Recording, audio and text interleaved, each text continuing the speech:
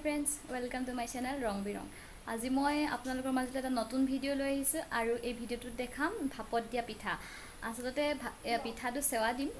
ভাপত বনাম আৰু এটো আপোনালোকে ভিডিওটো সম্পূৰ্ণকৈ চাব খুব ভাল লাগিব ভিডিওটো আৰু আপোনালোকে ইচ্ছা কৰিলে এদিন নিজে বনাই চাব পাৰে। তেন্তে আহকচোন ভিডিওটো আৰম্ভ কৰো। এইখিনি পিঠা দেখিছে আৰু ইয়া গুৰ ইয়া খিসমিস আৰু ইয়া চেৰি মই হৰু হৰুকৈ এইখিনি কুটি লৈছো আপোনালোকে দেখিছে আপোনালোকে কুটি লব পাৰে আৰু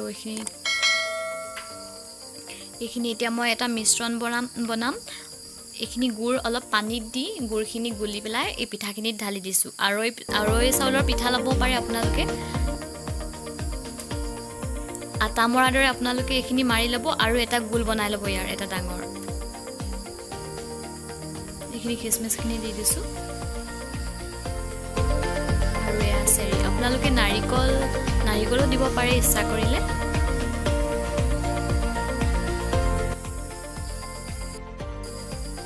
এয়া মই আটাৰ ডাঙৰ লাডুটো বনাই এতিয়া সৰু সৰু গোল কৰি লৈছো কিছুমান খুব বেছি আৰু ইয়া কলপাত দেখিছে কলপাত এনেকুৱাকৈ টুকুৰা টুকুৰ কৰি লৈছো বহুত ডাঙৰ নকৰিব কলপাতটো ইমান সাইজ কৰিব আৰু এটো পাকটো আপোনালোকে ভালকে চাই লওক এই পাকটো কৰি ইয়াত এটো ভৰাই আৰু কলপাতৰ আগটো এনেদৰে ভৰাই দিয়া হৈছে আৰু এইটো হেচি দিব মানে গুটেইটো যাতে হিচৰটি হৈ পৰে গুটেই পাতখনতে মিলি পৰে ধুনিয়াকে বস্তুটো আৰু কিমান চেপেটা কৰে বস্তুটো আপনিটো আপোনালোকৰ ওপৰত নিৰ্ভৰ কৰিব আৰু ইয়া গুটেইখিনি বনাই হৈ গৈছে আৰু ইয়া বৰা ভাত সেৱা দিয়াৰ নিচিনাকে মই আমি বালতিত সেৱা দিও এখন ফুলৰ জাল হয় আৰু এই যোনটো মুখ হয় এই মুখখন তলৰ ফালে দিপিনি ভৰাব লাগিব এটো দি দিব লাগিব মানে সেৱা দিয়াৰ দৰে তলৰ ফালে মুখটো দিয়াৰ কাৰণ এই যে মানে পিঠাটো ভালদৰে হিজি আহে হেতু কাৰণে তলৰ ফালে দিয়া হয় আপোনালোকে খৰাহিটো সেৱা দিব পাৰে কিন্তু আমি প্ৰায় এনেকে বালতিতে দিও হেতু কাৰণে সুবিধা হয় হেতু কাৰণে আমি ইয়াত দিলো আৰু মুখখন তললে কৰি এনেকৈ সকলোবোৰ মই দিয়া হৈছে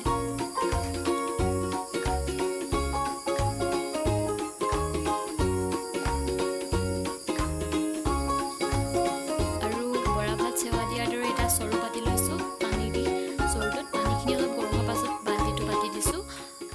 কিন্তু আপোনালোকে চাব যাতে বালতিটো যাতে তলৰ পানীখিনিত লাগি না যায় সৰুটোৰ পানীখিনিত যাতে পৰি না যায়